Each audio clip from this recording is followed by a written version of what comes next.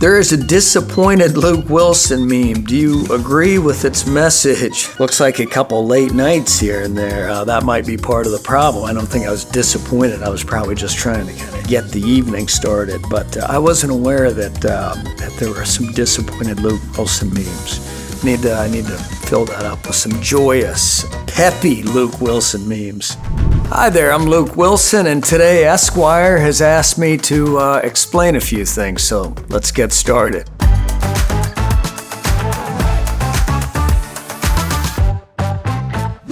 Could you ride a horse before taking on your role in Horizon? Any on-set horse stories? I could ride a horse. I had a great horse, Charm, who I loved. I did have a thing with one of the Wranglers where I said, "So you think Charm knows who I am now?" And he said, "You mean, does he know you're famous?" I said, "No, that's not what I'm saying. I'm just saying, does he recognize me as a person?" And even that sounded bad.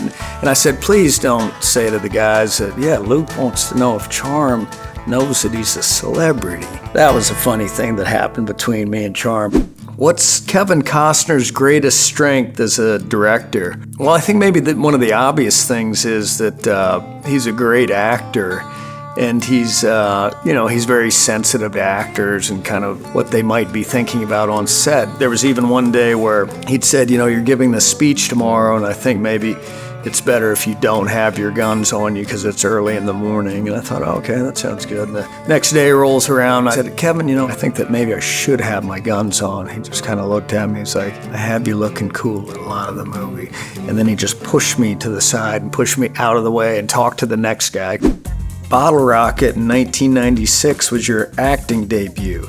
How did you get cast? Well, that's an interesting story. My brother, Owen Wilson, met Wes Anderson at the University of Texas in Austin in an English class. Wes was from Houston, we're from Dallas. They didn't know each other. I think supposedly they didn't like each other when they first met. There was something about the other guy that threw the other guy off. I can't remember what it was specifically, but they eventually moved into an apartment together. But Wes wanted to be a director, and they both were very interested in writing, and so they wrote a script of Bottle Rocket, and I was around, and I got cast as Anthony through familial connections, I guess.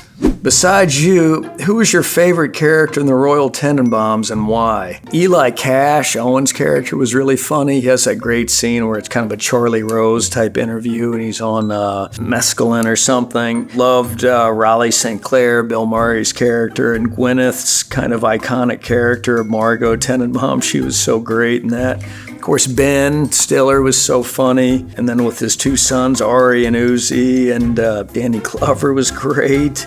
For me, it was kind of one of the high points of my life and my career was getting the chance to work with Gene Hackman. And, he's someone known for his intensity, but he is a really funny character as Royal. Just remember him saying to Angelica Houston, "I'm dying, baby." And he wasn't dying, but yeah, Gene's an incredible guy, and he's still out there, which is great. Do you ever see people dressed as your character for Halloween? Are you shocked at its ongoing seasonal popularity? Yeah, I've definitely seen those photos over the years, and it's really, really funny. In fact, here in New York, out at Forest Hills Tennis Stadium, there's a plaque up for Richie Tenenbaum, and it says something like, "Here on these hallowed grounds, Richie Tenenbaum played his last tennis match." I feel very lucky to have played a character that people get a kick out of like that. How much is too much to pay for a pair of socks? I wouldn't go over 20, and that's a lot. My brothers spend a lot of time in Hawaii, out in Maui, and I haven't spent as much time out there. And Owen really likes to amuse himself with my brother Andrew and other friends that live in Hawaii. Like, why doesn't Luke come out here more? What is it about Luke why doesn't he like Maui? And one of their theories is that I love socks and slacks so much that just doesn't fit with Maui. So yeah, I'm known for my love of socks. You and your brothers collaborate as artists often. What was your dynamic like as kids? There are 3 years between each one of us. My brother Andrew's 3 years older than Owen, and Owen's 3 years older than me. So somehow with that age difference, it kind of worked out perfectly where we all got along really well, and their friends were always really nice guys that were always really nice to me. I mean, Andrew does say that he thought I was a neighborhood kid that was just helping out at the house till the mid-'80s. He didn't realize that I was actually his brother. He just thought I was kind of nice kid in the neighborhood that would do chores for my parents.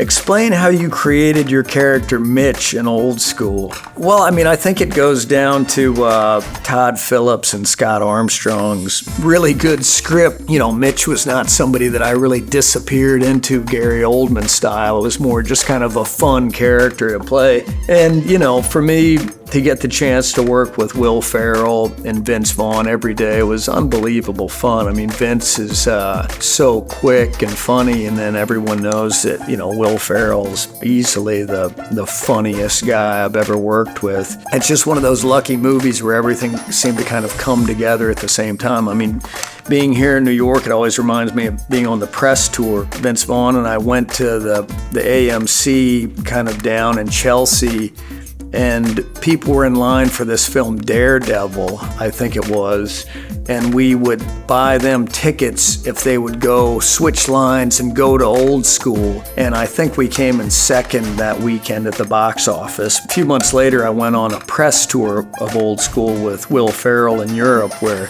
it just bombed. And I was saying to Will, I was like, this is great. We've had the best of both worlds. We've had this hit, and then we've had a total flop. If you had to, how would you describe the essence of Will Ferrell? You know, any, fan of Saturday Night Live or the movies can probably get the essence of Will Ferrell, is that there's a real sweetness there. And then there's kind of this crazy aspect where, I've had it where I've looked into his eyes during a scene, and it's like you're seeing, there are these kind of twinkly blue eyes, but you see he's got like the pedal down. Did anyone break character while filming the Anchorman street fight? Who took it the most seriously? I can't remember that much about filming it besides, seeing all these different characters. Like Vince was there. I hadn't seen him since Old School, Ben Stiller was there from Telemundo, and then Tim Robbins was from public television, so all that stuff. I think we all took it pretty seriously, but Ben Stiller is the Telemundo anchor. Ben seemed to be taking it pretty seriously, and he really delivered the goods. What advice did Reese give you prior to filming Legally Blonde? Reese didn't really give me any advice prior to filming Legally Blonde. I was a big fan of hers from Election, and that's why I wanted to do the movie. But, I just thought it was kind of a straightforward movie, kind of aimed at younger women. But then when I saw Reese come out decked out as Elle Woods and talking in, this kind of really funny way, playing a real character, it made me kind of think to take the movie a lot more seriously than I might have been. Did you ever see real-life parallels to Idiocracy in the times we're living in? Yeah, I definitely remember in the last administration there was someone in the cabinet that really was from Carl's Jr., and I thought, okay, that is incredible. Welcome to Carl's Jr. Would you like to try our extra big-ass taco? I'm always trying to get Mike to do another Idiocracy where me and Terry Crews and Dax Shepard, who played Frito, where we come back from the future to the present day and, see what happens.